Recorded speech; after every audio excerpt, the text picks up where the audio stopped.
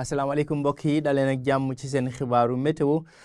di ñëwaat nag ci gànnax gi nga xam ne doon na tàmbali ci dibéer gi weesu ci côte Sénégal bi ne ko dalee Ndar jàpp Ndakaaru waaye tamit Petite Côte ba Casamance gànnax googule dana dal ci ëllëg alxames bu 11h ci guddi jotee leneen li gën a fës ci xibaar yi nag doon seddaay boo xam dana desandi ci diggante Ndar jàpp Ndakaaru ci littoral nord bi waaye tamit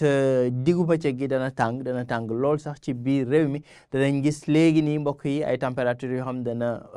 àgg ci 40 degré jàpp 40 degré benn suñu animation satellite duñu wan asamaan soo xam ne dana ami tuuti niir waaye leeraay mooy gën a fës ci asamaan si ci daanaka waxtu yi di ñëw bu ñu xoolee sax guddik tey gi la jëm nag ba lëg ci suba asamaan soosee dana ami niir tuuti niir waaye leeraay beegi fii gën a fës ngelaw li dana jógee ci boor yi ba gànnaar ak penku yéegal nag tuuti température yi ci biir dëkk bi 10 degré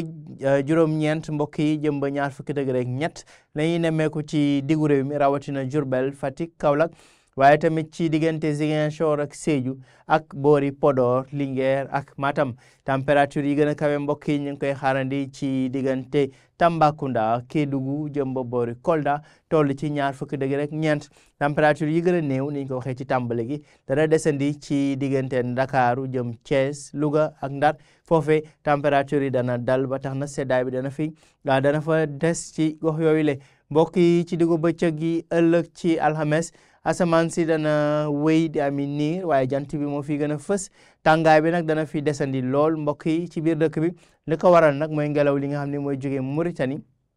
ak Mali dugg si biir Sénégal 40 degré jàpp 40 degré benn mooy température yi gën a kawe ni nga koy xaarandi ca boori Ziguinchor waaye tamit ca Ndoukoumane Kaffrine waaye tamit ca boori Kédougou 20 degré ak ñeent mbokk yi moo ci tegu te danañ ko séntu ci boori Sédhiou Kolda waaye tamit Tambacounda jëm ba boori Bakel maanaam ci boori bëj Saalum ak penk foofee la température yi gën a kawe maanaam tàngaay gi foofu lay fësee mbokk yi 20 degré ak ñeent ca Ndakaaru température bi gën a néew ci diggu bëccëg gi 20 degré ak ñett ca boori Ndar 20 degré ak ñeent ca Thiès ñoo ci topp ci diggu réew mi nag foofee température yi dana xaw a yéeg buñ ko méngaleeg boori